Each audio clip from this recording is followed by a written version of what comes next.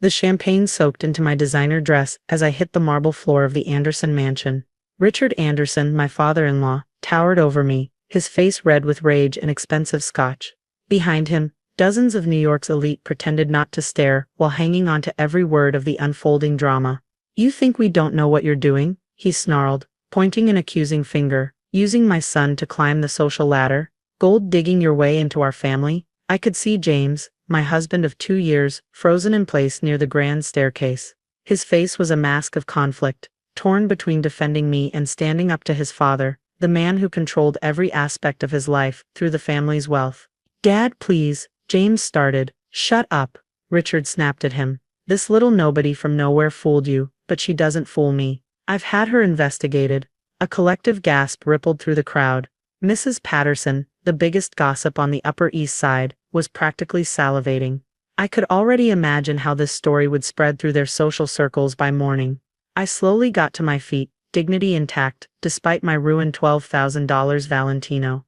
"Mr. Anderson, you're making a scene." "A scene?" He laughed bitterly. "You want a scene? How about I tell everyone here how you grew up in a trailer park? How your mother was a waitress? How you changed your name from Mary Beth Jenkins to Marina Bennett to sound more sophisticated?"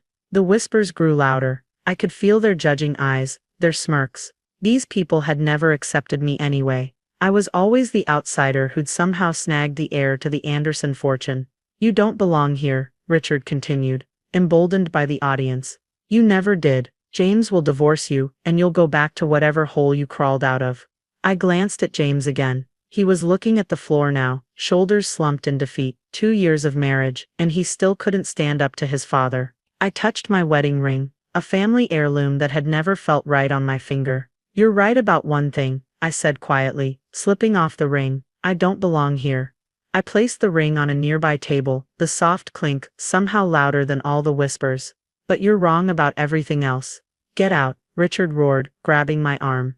"Leave my son alone, gold digger." He dragged me toward the door, past the shocked faces of Manhattan's finest. Some looked away in embarrassment, others watched with barely concealed glee. James still hadn't moved from his spot. At the grand entrance, Richard gave me a final push. "Never show your face here again." I stumbled but caught myself. Straightening my spine, I turned to face the crowd one last time. A small smile played on my lips as I met Richard's hateful glare. "Goodbye then," I said softly, my voice carrying in the sudden silence. As the heavy doors slammed behind me, I pulled out my phone and sent a quick text. "Execute Plan B. Monday morning." What Richard Anderson didn't know was that while he'd been having me investigated, I'd spent 2 years quietly buying up shares in his hedge fund through various shell companies. His old-school arrogance had blinded him to the changing financial world, to the power of digital currencies and new investment strategies. He had no idea that the little nobody from nowhere had built her own fortune before ever meeting James, or that she'd been watching his company's weaknesses, waiting for the right moment. Walking down the mansion's steps, I heard the party resuming inside. Let them laugh and gossip tonight. Monday morning would change everything. My car was waiting at the bottom of the driveway. As I slid into the back seat, my assistant handed me a tablet displaying real-time market data. "Everything's in place," she said. "We own 51% of Anderson Capital Management." I nodded, watching the mansion disappear in the rear-view mirror. "Book the main conference room for Monday, 9 a.m. sharp. Make sure all board members and major investors are present." "Already done." "And James?" I touched the empty spot on my finger where the ring had been. "His choice. But he better decide quickly." The car merged onto Park Avenue, leaving behind the world of old money and older prejudices. I'd played their game, worn their clothes, spoken their language. Now it was time to show them who I really was. Monday morning couldn't come soon enough. Monday morning arrived with the crisp certainty of a New York autumn. I stood before the mirror in my penthouse office, adjusting my black Armani suit. No more soft designer dresses or delicate pearls. Today was about power. The headlines were already circulating through the financial district. "Mystery investor takes control of Anderson Capital." The Wall Street Journal had picked up the story, and Bloomberg terminals across the city were lighting up with speculation. My phone buzzed, a desperate text from James. "What have you done? Dad's going crazy. Please call me." I ignored it, just like I'd ignored his 20 previous messages since Saturday night. The time for explanations was over. Now was the time for action. They're all assembled in the main conference room. my assistant Sarah informed me. Tablet in hand, Richard Anderson arrived 10 minutes ago, demanding to speak to the board chairman. Perfect. I checked my reflection one final time. Is everything else ready? SEC filings confirmed, legal team standing by, and security is in place. Oh, and that special delivery you requested, it just arrived. I smiled, picking up a small velvet box from my desk. Inside was Richard Anderson's precious family ring, the one I'd left on the table Saturday night. Have someone return this to him during the meeting. Timing is everything. The elevator ride to the conference floor was silent. 2 years of careful planning had led to this moment. I'd built my first fortune in tech startups before I ever met James, but the Andersons had been too wrapped up in their old money arrogance to even Google me. They'd assumed I was just another social climber, never bothering to look beneath the surface. Their mistake. The conference room doors opened, and I paused for a moment, taking in the scene. 20 of New York's most powerful financial players sat around the massive table, with Richard Anderson at the far end, his face already turning that familiar shade of purple. What is the meaning of this? He bellowed, standing up. How dare you? Please sit down, Mr. Anderson. I cut him off, my voice carrying across the room. This is still a professional meeting. Professional? You've somehow manipulated your way into controlling shares of my company. And your company? I raised an eyebrow, taking my seat at the head of the table. I think you'll find that ownership has changed. Sarah, please distribute the documents. My assistant moved around the room, placing folders in front of each board member. Richard snatched his copy, flipping through pages with trembling hands. This is impossible, he whispered, then louder. This is fraud. Every transaction is fully documented and SEC compliant, I replied calmly. While you were busy investigating my childhood in Oklahoma, you missed the fact that I founded and sold 3 tech companies before age 30. My net worth was higher than James's when we met.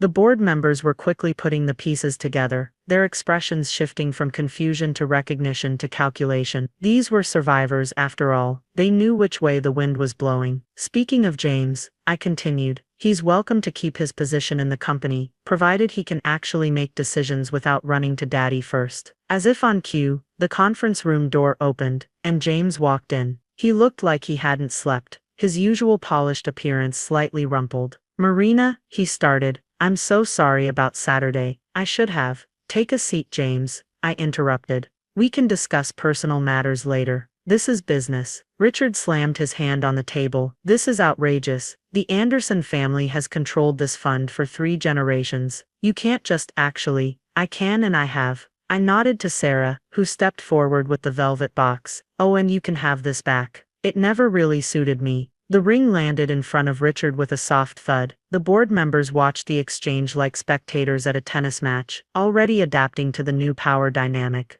Now, I continued, opening my own folder. Let's discuss the future of Anderson Capital. First order of business.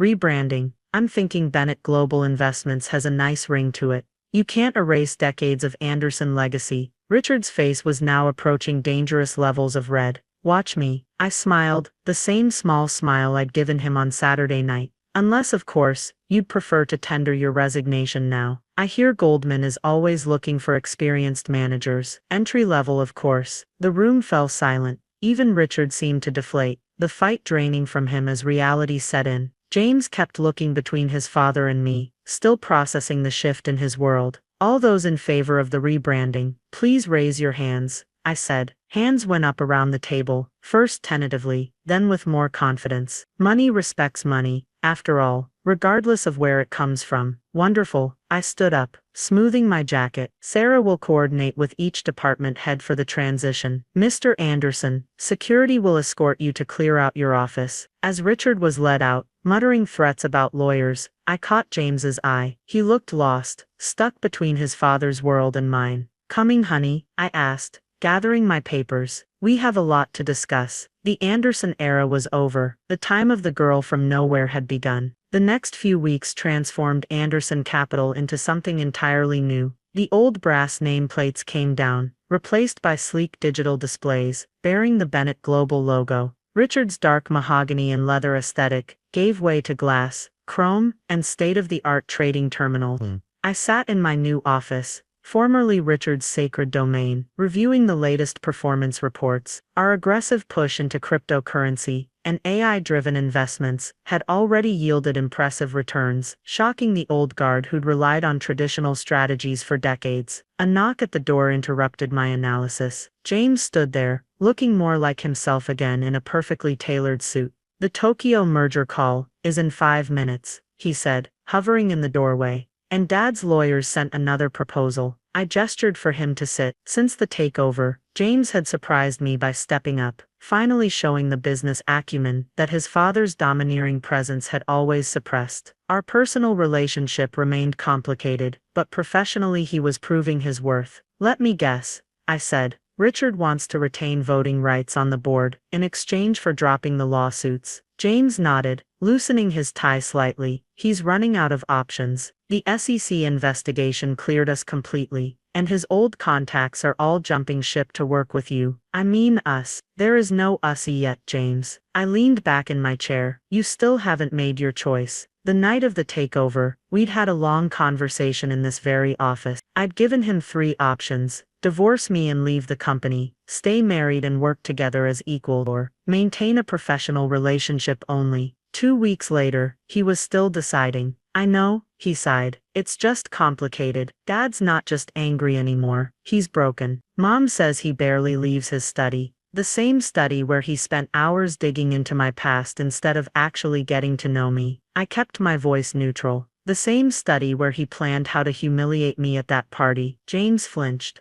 I should have stood up to him that night. "Yes, you should have." I checked my watch. "Tokyo's waiting. We can discuss your father's proposal later." The merger call went smoothly. Another old money institution, accepting the new reality. As we wrapped up, my assistant Sarah appeared with urgent news. "Richard Anderson is in the lobby," she announced. "He's demanding to see you. Security's standing by." I exchanged looks with James. "Send him up. Let's end this." Minutes later, Richard stormed in, looking considerably less polished than during his reign. His expensive suit was slightly rumpled, his face haggard from sleepless nights. "Satisfied with yourself?" he spat. "You've destroyed everything my family built." "On the contrary," I replied calmly. "I've evolved it. Your fund was losing ground to digital traders. Another 5 years, and you'd have been obsolete. We had tradition, dignity. You had arrogance and blind spots." I pulled up our latest performance charts. "We're up 40% since the takeover. Your investors are thrilled. The only thing damaged here is your ego." Richard turned to James. "Son, you can't let this continue. The Anderson name has held me back long enough."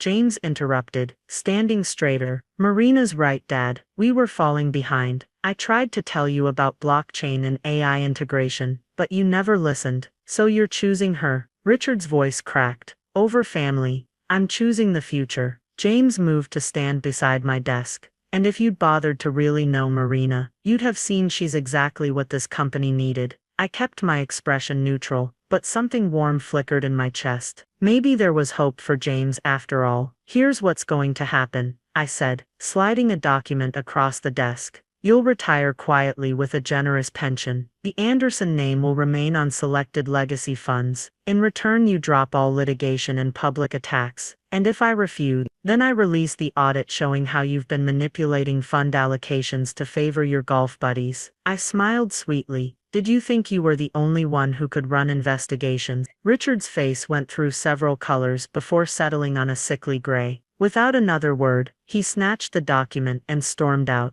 After he left, James turned to me. "I've made my decision. Oh, I want to stay, both in the company and with you, if you'll have me." I studied him carefully. No more running to Daddy. No more hiding behind family traditions. No more hiding, he promised. "I've seen what real strength looks like these past weeks. I want to be part of it." I stood up, straightening his slightly loosened tie. "Then prove it. The Singapore office needs restructuring. Take charge of it. No input from me or your father. Show me what James Anderson can do when he stands on his own." He caught my hand as I fixed his tie. "What about us? Our marriage? Let's see how Singapore goes first." I stepped back. "Earn your place in this company, and we'll talk about earning your place back in my life." James nodded, understanding the challenge. As he left to prepare for his Singapore mission, I turned to watch the sunset over Manhattan. The girl from nowhere had claimed her throne, but the story wasn't over yet.